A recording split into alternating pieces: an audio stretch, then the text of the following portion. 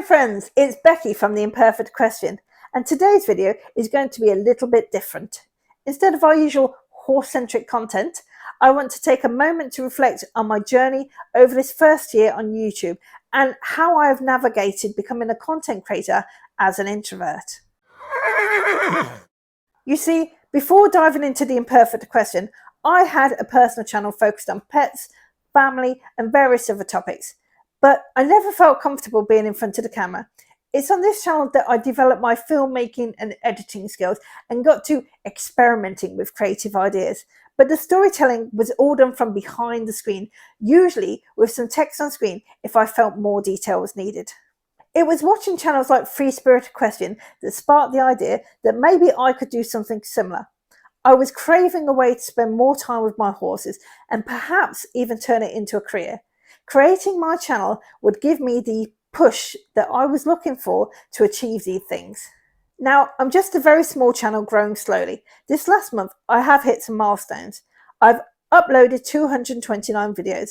On our first year anniversary, we were sitting at just under 700 subscribers, and we currently have 710. That just blows my mind. That's 710 real people who have taken the time to come to my channel, watch my videos or shorts, and have made the effort to press the subscribe button and let me know that they want to see more of me and my horses. Can you imagine 700 people being at your home and watching you explain something? Not really. It's just mind-blowing, it really is. And if that wasn't crazy enough, we hit the milestone of 200,000 views. That's just more view watches than I can even comprehend right now. It took my channel just over 3 months to reach the 100 subscriber threshold. We then experienced a huge growth spurt from some popular shorts I put up and hit 250 subscribers on that same day. At 6 months, we had 500 subscribers. We've had a slower growth since then. Obviously, we all have dreams of making 1,000 subscribers in our first year, and that hasn't happened. But I'm still immensely proud of what I've achieved with this channel. I'm very happy with where it's currently heading. I want to talk with you about how being an introvert affected me doing the channel. I'm naturally introverted, but fortunately I can get a little bit more extroverted when talking about things I love. This is why it was important my channel be based on something I love, like my horses. There are lots of obstacles for introverts to overcome when making a channel. As the host, you have to put yourself out there in public for all to see. And when you feel happy behind the camera, hiding away, this isn't easy. It's hard to act and sound natural to a camera. I have to try and imagine I'm talking to a friend. It's not that easy, and even now I can sound awkward and unnatural, but I am improving. When introverts edit videos, we don't want to hear our own voice. We don't want to see what we look like. It's very challenging to be forced to confront yourself as other people see you. It can be quite a shock. You have to try not to be too critical of yourself, else you'd be constantly refilming to the point of giving up. Eventually, you have to find a way to detach from yourself and just get on and do it. I have to pretend it's someone else. That's how I get around those feelings, really.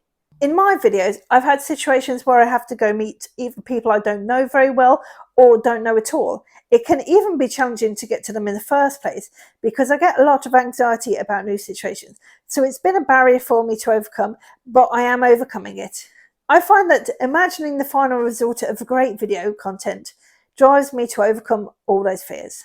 The whole experience is really pushing me out of my comfort zone. New people, new places, new experiences, new ideas. Making this channel is forcing me to learn how to become more open and extroverted and to better find my way in the world.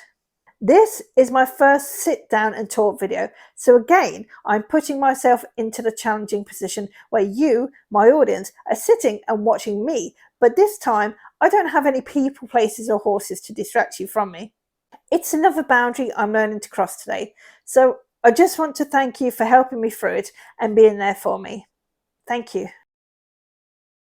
I want to mention the equipment that I use. I started with just my phone, but realised there were 2 more essential pieces of equipment that I needed: a tripod and a mic system.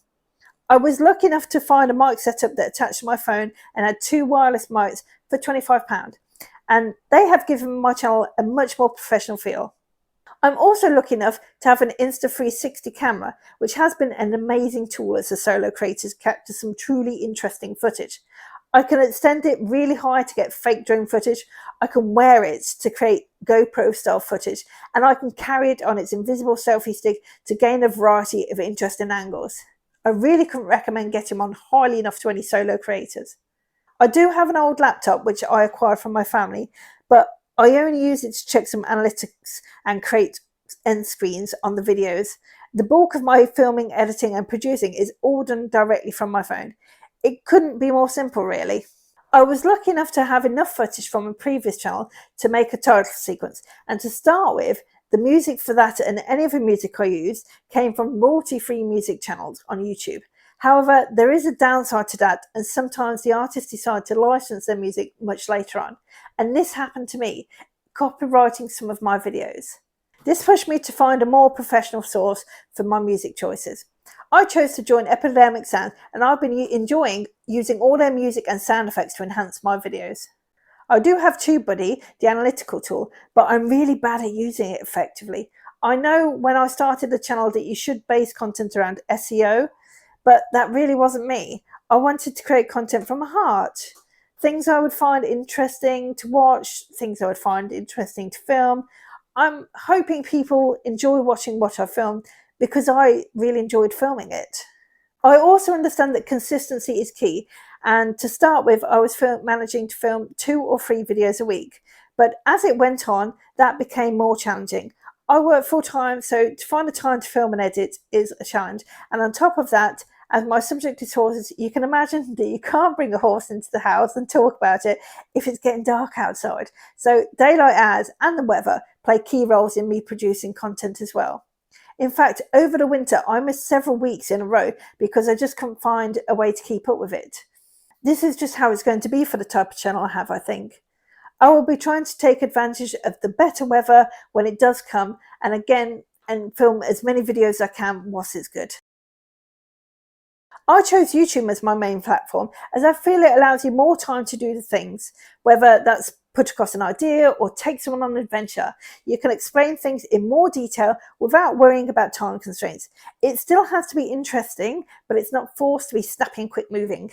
So all in all, I would recommend people creating a YouTube channel, and in particular introverts. Yes, I mean you introverts. I have found it holds you accountable for progression and forces you into situations that help your character expand. That might be doing new things, meeting new people, or learning a new skill. They are all very useful life tools. So now you've heard what I have to say, I have some questions for you, and I'd love to hear your answers in the comments below, please. Would you now consider doing a YouTube channel of your own? What subjects would you choose to specialise in? If you already have a channel, how have you found your channel growth, and do you have any tips you'd like to share with us? Have you had any particular struggles on the way? Personally, I seem to struggle with getting in the watch hours, so if anyone's got any tips on that, please do let me know. If you've missed seeing the horses in today's video, don't worry, they will be back in our very next video. If you've enjoyed our change of pace today, please like and subscribe. And whether you have a horse or not, you're now one of my horse friends. So I'll see you next time, horse friends. Bye!